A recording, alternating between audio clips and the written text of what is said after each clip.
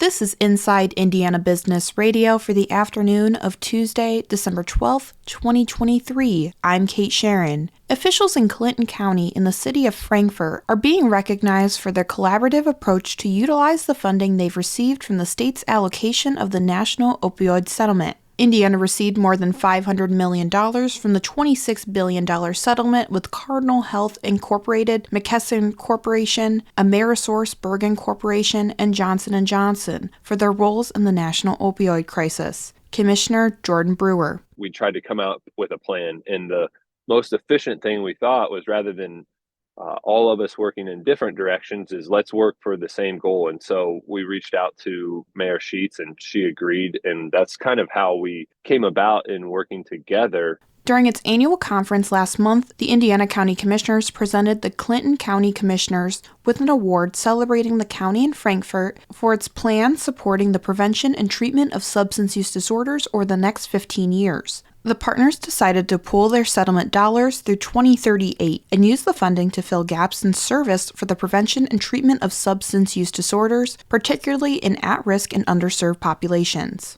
Wisconsin-based Packer Sanitation Services Incorporated says 76 workers are being affected by the termination of a contract at the Indiana Packers Corporation facility in Delphi. In a notice to the state, the company said the move will result in the layoff or relocation of the workers at the plant. PSSI said it recently received unforeseen notice from the Indiana Packers Corporation that it had decided to end the contract effective December 8th. The contractor had provided sanitation service at the plant since March 2016. The affected workers are not represented by a union and do not have bumping rights. However, PSSI said all employees at the Delphi location will be offered a job transfer to another plant in the area serviced by the company. Evansville-based not-for-profit Circular Venture Lab and the University of Evansville's Center for Innovation and Change are accelerating their efforts to attract manufacturers of clean energy technology. Their collaboration, called Evansville Energy Nucleus, was one of 13 winners in the first phase of the Manufacturer of Advanced Key Energy Infrastructure Technologies Prize Strategies track in November. The group is using the $50,000 prize from the U.S. Department of Energy to engage the community and begin drafting a roadmap to attract clean energy manufacturers.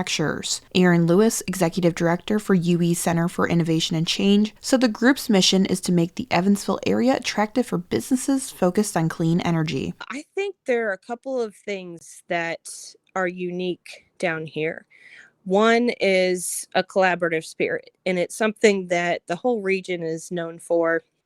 Having this be part of our DNA down here are some of the really important ingredients to pulling off something like this.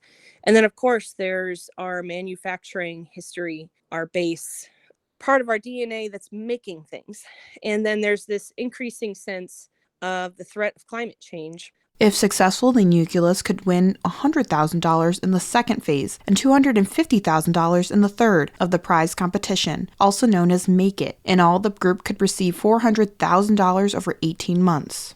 From the number one source for Indiana business news, this is Inside Indiana Business Radio. Whether it's a new hire or a noteworthy promotion, IIB's Bigwigs and New Gigs serves as a platform to promote your team. Our revamped offering includes being featured on both the newly redesigned newsletter and at InsideIndianaBusiness.com. Subscribers to the Business News subscription save $10 off every listing. Plus, you can save $100 by bundling your submission to IIB with the Indianapolis Business Journal or the Indiana Lawyer. More at InsideIndianaBusiness.com. Indianapolis-based marketing firm Trendy Minds, the city's largest advertising agency, has acquired Utah-based marketing agency Factory Incorporated in a deal worth more than $10 million, the local company announced early Tuesday. Factory is a full-service creative media and public relations agency headquartered in the Salt Lake City suburb of Centerville, with an office in Denver and nearly 30 employees in 6 states. The acquisition lifts Trendy Minds' workforce to 135. Trevor Yeager, chairman and CEO of Trendy Minds, declined to provide exact financial terms for the deal, but said it was an 8-figure acquisition. He said Factory has an attractive roster of enterprise clients in the healthcare, finance, and energy industries, and will expand strategic capabilities for Trendy Minds.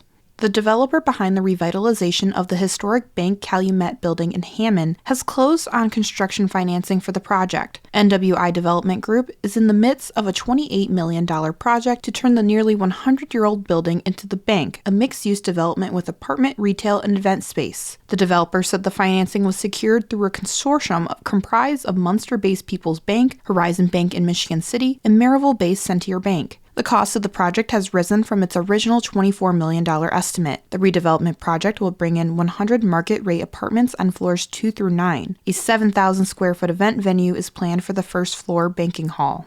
3 Ball State University students' entrepreneurial ventures will receive university support with its latest pre-seed funding round. This year's student entrepreneurs include a software developer, a jewelry maker, and a marketing consultant. Each semester, Ball State provides grants of up to $2,500 per student to kickstart their new or growing business concepts and get a taste of real-world entrepreneurship. Often the money is used to conduct market surveys, create digital renderings, and earn certifications. The Indiana Supreme Court Disciplinary Commission on Monday filed a petition asking to release a conditional agreement signed by Indiana Attorney General Todd Rokita after he publicly denied wrongdoing following a statement. The petition said Rokita's public statements are inconsistent with what he agreed to in the conditional agreement and have caused confusion. The agreement and related affidavit are generally confidential under court rules. Rokita responded late Monday night, saying he took responsibility for 2 of the 3 accusations made against him.